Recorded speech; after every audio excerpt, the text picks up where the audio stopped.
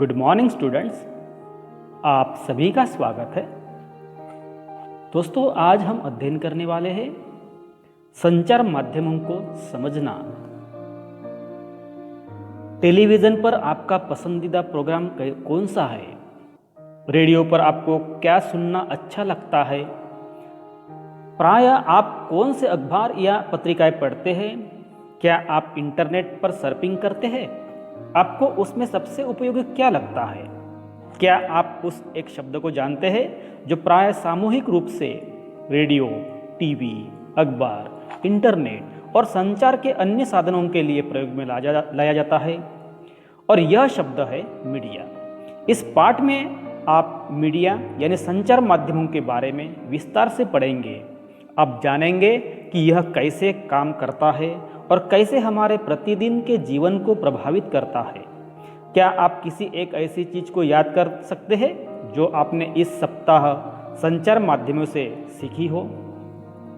आइए देखते हैं संचार माध्यमों को समझना। यह अध्याय सामाजिक एवं राजनीतिक जीवन कक्षा 7वीं का है और यह उसका पहला भाग है। और इस अध्याय में हम पढ़ने वाले हैं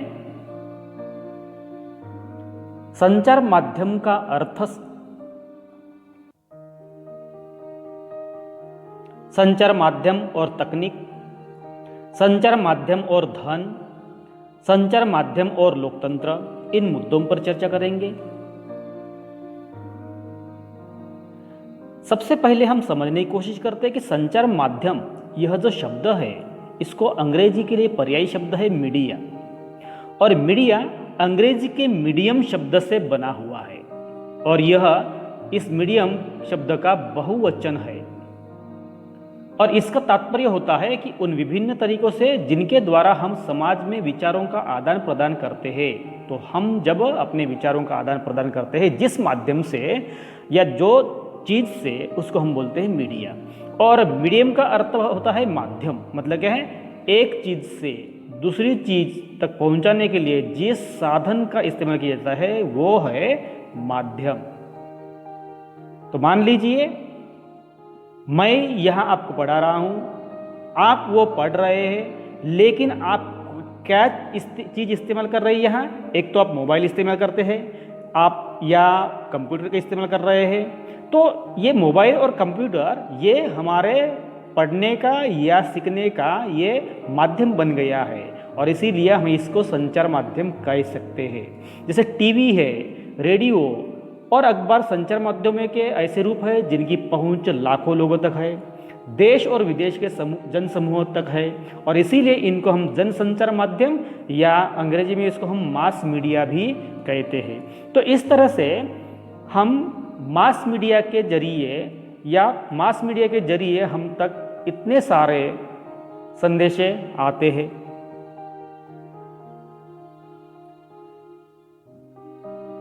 जब मास मीडिया हम कहते हैं तो इसमें बहुत सारी चीज़ें हैं। तो आज के ज़माने में तो इतना सारा परिवर्तन आ गया है कि आप internet, blog, social network, tweet, forum, marketing, business, community, website, media, networking, mobile, ये सब चीज़ें ये हमारे सोशल मीडिया के माध्यम बन गए हैं। सोशल जो हमारे विचारों का आदान प्रदान करने के लिए जो माध्यम है, ये माध्यम उसी प्रकार के हैं।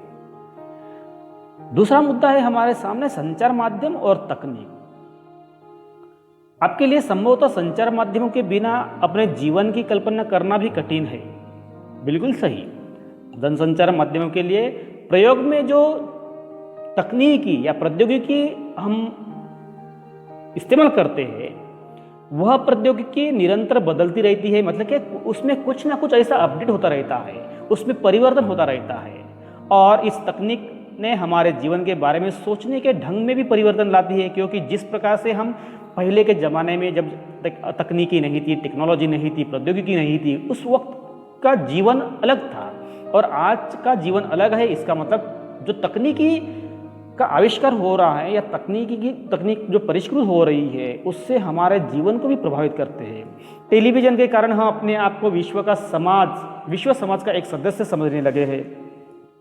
तकनीक तथा मशीनों को बदलकर अत्याधुनिक बनाने से संचार माध्यमों को अधिक लोगों तक पहुंचने में मदद मिलती है।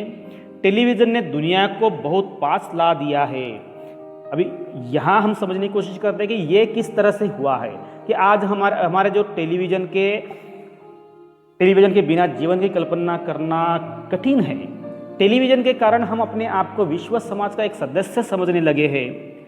टेलीविज़न में प्रदर्शित चित्र सैटेलाइट और केबल के विस्तृत जाल के माध्यम से अत्यंत सुदूर, मतलब अत्यंत जो दूर है, जो बहुत ही दूर है, रिमोट इलाका है, उस क्षेत्रों तक पहुंचाए जाते हैं। इसके कारण हम संसार के अन्य भागों के समाचार और मनोरंजक कार्यक्रम देख पाते हैं। आप टीवी पर कार्टून देखते हैं और जो कार्टून देखते हैं वे अधिकांशतः जापान या संयुक्त राज्य अमेरिका के होते हैं। अब हम चेन्नई या जम्मू में बैठकर अमेरिका में फ्लोरिडा के समुद्री तूफान की छवियों को आसानी से देख सकते हैं और इस तरह से टेलीविज़न ने दुनिया को बहुत पास ला दिया है। और इसीलिए कहा जाता है कि संचार माध्यम की वजह से अभी दुनिया सिकुड़ रही है कि मतलब कि जो कभी बहुत सुदूर इलाके में रहने वाले लोगों से अपना संपर्क नहीं होता था, लेकिन आज के ज़माने में हम दुनिया के किसी भी कॉर्नर में बैठे हुए हम कोई भी हिस्सा देख सकते हैं, कहीं भी देश की घटनाएं हम लाइव देख सकते हैं। तो ये तकनीक तथा मशीनों को बदलकर अत्याधुनिक बनाने से संचार माध्यमों को अधिक लोगों तक पहुंचाने में मदद मिलती है। आप इस चित्र में देख सकते हैं कि एक चित्रकार की नज़र में बाइबल के पहले पन्ने की छपाई करते हुए गुटेनबर्ग है, जो गुटेनबर्ग ने सबसे पहले छापखाने का इन्वेंशन किया था। ये 1940 के दशक में इलेक्ट्रॉनिक टाइपराइटर है और इसके आ जाने से पत्रकारिता की दुनिया में एक बहुत बड़ा बदलाव आया था, क्योंकि इससे मल्टीपल पेजेस छपाई होने लगी थी। कम समय में ज़्यादा से ज़्यादा छपाई या प्रिंटिंग होने लगी थी। आप इस चित्र में देख सकते हैं कि यह जो पहला चित्र है ये टेलीवाइज़र है। ये टेलीवाइज़र है और यह टेलीविज़न का प्रारंभिक रूप था। और आपको मालूम है कि टेलीविज़न का आविष्कार किसने किया? वो है जॉन एल बेड। और इस यंत्र के द्वारा उन्होंने रॉयल इंस्टीट्यूट के समक्ष अपने आविष्कार का प्रदर्शन भी किया था। और दूसरा चित्र है एक टीवी चैनल में 10 सेकंड के लिए विज्ञापन देने का मूल्य उसकी लोकप्रियता और समय के आधार पर 1000 से 1 लाख रुपए के बीच में हो सकता है। मतलब 1 सेकंड के लिए इतना उनको देना पड़ता है। तो कमर्शियल जो ऐड होते हैं वो बहुत ही महंगी होती है, क्योंकि उनको किस चैनल पर देना है और कब दिखाना है, कहाँ दिखाना है, इसके लिए उनको इतना पेमेंट करना पड़ता है। मीडिया कवरेज सभी जगह पहुंचती है। मीडिया हर घटना को कवरेज करने की कोशिश करते हैं, हर घटना लोगों तक पहुंचाने की कोशिश करते हैं। हम अभी आज के ज़माने में टीवी और अलग अलग चैनल्स पर देखते हैं कि अलग अलग चैनल्स पर अलग अलग प्रकार की खबरें लाइव दिखाई जाती है। वो हर प्रकार की खबरें कवर करने की कोशिश करते हैं और जन सामान्य तक पहुँचाने की भी कोशिश करते हैं। संचार माध्यम और धन, इनका क्या संबंध है? संचार माध्यम और धन की अगर जब बात करते हैं तो जनसंचार द्वारा उपयोग में लाई जाने वाली विभिन्न तकनीकें अत्यंत खर्चीली है, क्योंकि इसमें लाइटें होती है, कैमरे, ध्वनि रिकॉर्ड करने के यंत्र, संप्रेषण के सैटेलाइट, ये सभी इसमें सम्मिलित हो जाते हैं। और समाचार स्टूडियो में बहुत सारे लोगों को वेतन भी देना पड़ता है, क्योंकि यहाँ जो लोग होते हैं वे कैमरे व प्रकाश की व्यवस्था करते हैं और अलग अलग व्यवस्था करने वाले लोग होते हैं, तो उनको सब लोगों को वेतन देना पड़ता है। संचार माध्यम निरंतर बदलते रहते हैं और इसीलिए अपडेट होते रहते हैं और इसीलिए जो नई टेक्नोलॉजी होती है, वो तकनीक होती है, उसको जुटाने के लिए भी बहुत सारा धन उनको खर्चा करना पड़ता है। इसका परिणाम ये होता है कि अधिकांश जो टीवी चैनल्स होते हैं और ये समाचार पत्र होते हैं, ये अपना खर्चा वसूल करने की भी कोशिश करते हैं। वो किस प्रकार से करते हैं वो भी हम देखने वाले हैं। और ये जो टीवी चैनल्स और समाचार पत्र के जो ग्रुप्स होते हैं, समूह होते हैं, ये किसी बड़े व्यापारिक प्रतिष्ठान का ही भाग होते हैं, क्योंकि उनके पास ज़्यादा धन होता है और ज़्यादा धन होने की वजह से वो खर्चा भी कर सकते हैं और इस प्रकार से चैनल्स या समाचार पत्र के समूह वो चलाते हैं। जनसंचार माध्यम लगातार धन कमाने के विभिन्न तरीके के बारे में सोचते हैं। उदाहरण विज्ञापन के लिए जैसे कि एक तरीका जिसके द्वारा जनसंचार माध्यम धन अर्जित करते हैं विभिन्न वस्तुओं के विज्ञापन का है, जैसे कि कार, चॉकलेट, कपड़े, मोबाइल फ़ोन आदि। और आपने ध्यान दिया होगा कि अपने प्रिय टेलीविज़न कार्यक्रम को देखते हुए आपको ऐसे अनेक विज्ञापन देखने पड़ते हैं। टेलीविज़न पर क्रिकेट का मैच देखते हुए भी हर ओवर के बाद बार बार वही विज्ञापन दिखाए जाते हैं। इस तरह प्राय बार बार आप उन्हीं छवि को देखते हैं, जैसा कि आप आगे के अध्याय में भी पढ़ने वाले हैं कि विज्ञापनों की बार बार आवृत्ति इस आशा से की जाती है कि आप बाहर आकर विज्ञापित वस्तु खरीदेंगे, और इस प्रकार से कंपनियों को भी मुनाफा होता है क्योंकि उनकी ज़्यादा बिक्री हो जाएंगी और आप तक वो चीज़ें पहुंचती है। तो इस प्रकार से जो विज्ञापन दिखाए जाते हैं वो टेलीविज़न हो या कोई भी अन्य माध्यम पर होते हैं, तो वो हो गए संचार माध्यम, और इस संचार माध्यमों के जरिए हमको बहुत सारी जानकारी भी प्राप्त होती है। यहाँ आप चित्र में देख सकते हैं कि अलग अलग पाठकों को पसंद को देखते हुए छपाई वाले जो लोग होते हैं, छपाई के वाले जो माध्यम होते हैं, कई तरह की जानकारियाँ उपलब्ध कराते हैं, या विभिन्न प्रकार के मैगजीन देख रहे हैं, न्यूज़पेपर्स देख रहे हैं। तो जो चीज़ आपको पसंद है उस पसंद के अनुसार आप अपने अपने न्यूज़पेपर या कोई मैगजीन होते हैं वो चूज कर सकते हैं और पढ़ सकते हैं। संचार माध्यम और लोकतंत्र का क्या संबंध है? लोकतंत्र में देश और संसार के बारे में समाचार देने और उनमें होने वाली घटनाओं पर चर्चा करने में संचार माध्यमों की भूमिका बहुत ही महत्वपूर्ण होती है। उदाहरण के लिए हम देखेंगे कि नागरिक जान सकते हैं कि सरकार किस प्रकार काम कर रही है। तो हम ये समझ सकते हैं कि समाचारों के आधार पर लोग या सरकार कार्रवाई कर सकते हैं। दूसरी बात है, संबंधित मंत्री को पत्र लिख सकते हैं हम, क्योंकि अगर कोई भी समस्या होती है तो ये समस्या हम मंत्री तक पहुंचाने के लिए पत्र लिख सकते हैं। सार्वजनिक विरोध आयोजित कर सकते हैं, जैसे कि हम रैलियाँ निकालते हैं, मोर्चे निकालते हैं, आंदोलन करते हैं, धरने पर बैठ जाते हैं, हड़ताल करते हैं। इस प्रकार से हम सार्वजनिक विरोध भी कर सकते हैं।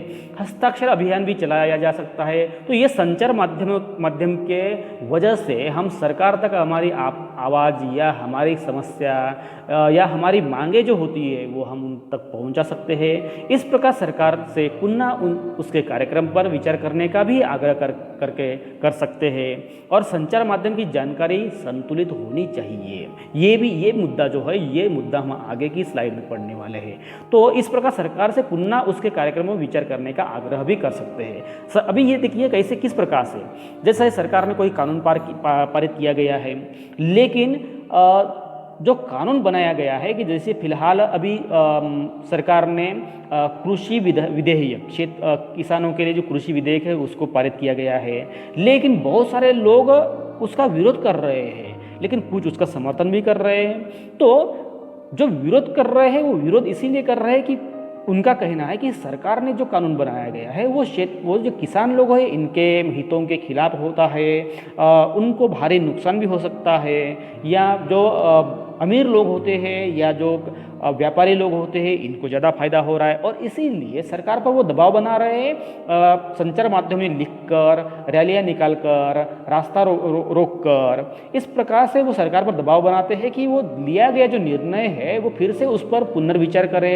या लिया गया जो कानून है, बनाया गया जो कानून है उसको फिर से दुरुस्त करे और लोगों के हितों में उसको पारित करे, या फिर से विचार कर उसमें सुधारना कर वह लोगों के सामने लाए। इस प्रकार से संचार माध्यमों के माध्यम से लोकतंत्र में अपनी आवाज़ सरकार तक पहुंचाई जा सकती है। यहाँ हम देख रहे हैं कि किसी कार्टूनिस्ट ने ये पिक्चर बनाया है कि जो मीडिया होती है, मीडिया हमको मार्गदर्शन भी करती है, हमको गाइड करती है। इसका मतलब ये देख रहे हैं कि उनके उंगलियों पर ये नचा रहे हैं। तो क्या होता है कि जब हमको मीडिया बताती है कि इस प्रकार की घटनाएं होती है, तो उसी प्रकार से हमारे बर्ताव भी होने शुरू हो जाते हैं। तो इस प्रकार से मीडिया हमको ऑपरेट करने में या हमको शिक्षा देने में, हमको मार्गदर्शन करने में मीडिया बहुत ही महत्वपूर्ण भूमिका अदा करते हैं।